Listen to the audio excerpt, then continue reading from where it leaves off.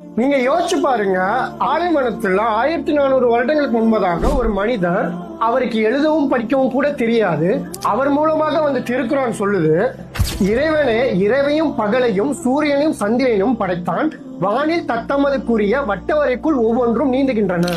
வானத்துல சூரியனும் சந்திரனும் தனக்குள்ள வரையறைக்குள்ள நீந்துகிட்டு இருக்குன்னு இன்னும் நிலவு சுத்துறத நம்மளால பார்க்க முடியும். ஆனா சூரியன் சுத்துகிறதுன்றத நம்மளோட புறக்கண்ணால பார்க்கவே முடியாது. இன்னும் திருக்குறான் சொல்லுது, இறைவன் தான் இரு கடல்களையும் ஒன்று சேர்த்தான், ஒன்று மிக்க இனிமையும் சுவையும் உள்ளது, மற்றொன்று உப்பும் கசப்புமானது, இவ்விரண்டுக்கும் இடையே வரம்பையும் மீற முடியாத ஒரு தடையையும் ஏற்படுத்தி இருக்கிறான். அதாவது இரு கடல்கள் சங்கமிக்கும், ஆனா சால்ட் வாட்டரும் ஸ்வீட் வாட்டரும் மிக்ஸ் ஆகாது, அதுக்கு நடுவுல ஒரு தடை இருக்கும்னு. ஆனா நபி ஸல்லல்லாஹு அலைஹி வஸல்லம் தன்னோட வாழ்நாள்ல கடல் இருக்க பகுதிக்கு கூட போனது கிடையாது. இன்னும் இறைவன் கேட்கிறான், மலைகளை நாம் முளைகளாக ஆக்கவில்லையான்னு. உங்களுக்கு தெரியுமா, நம்ம பூமியில பார்க்கக்கூடிய மலைகள் அது வானத்துல எவ்வளவு தூரம் உயர்ந்திருக்கோ அதே அளவுக்கு பூமிக்கடியிலையும் அதோடைய முளைகள் ஆணியை போல வேர்களாக பழுந்து இருக்குன்னு.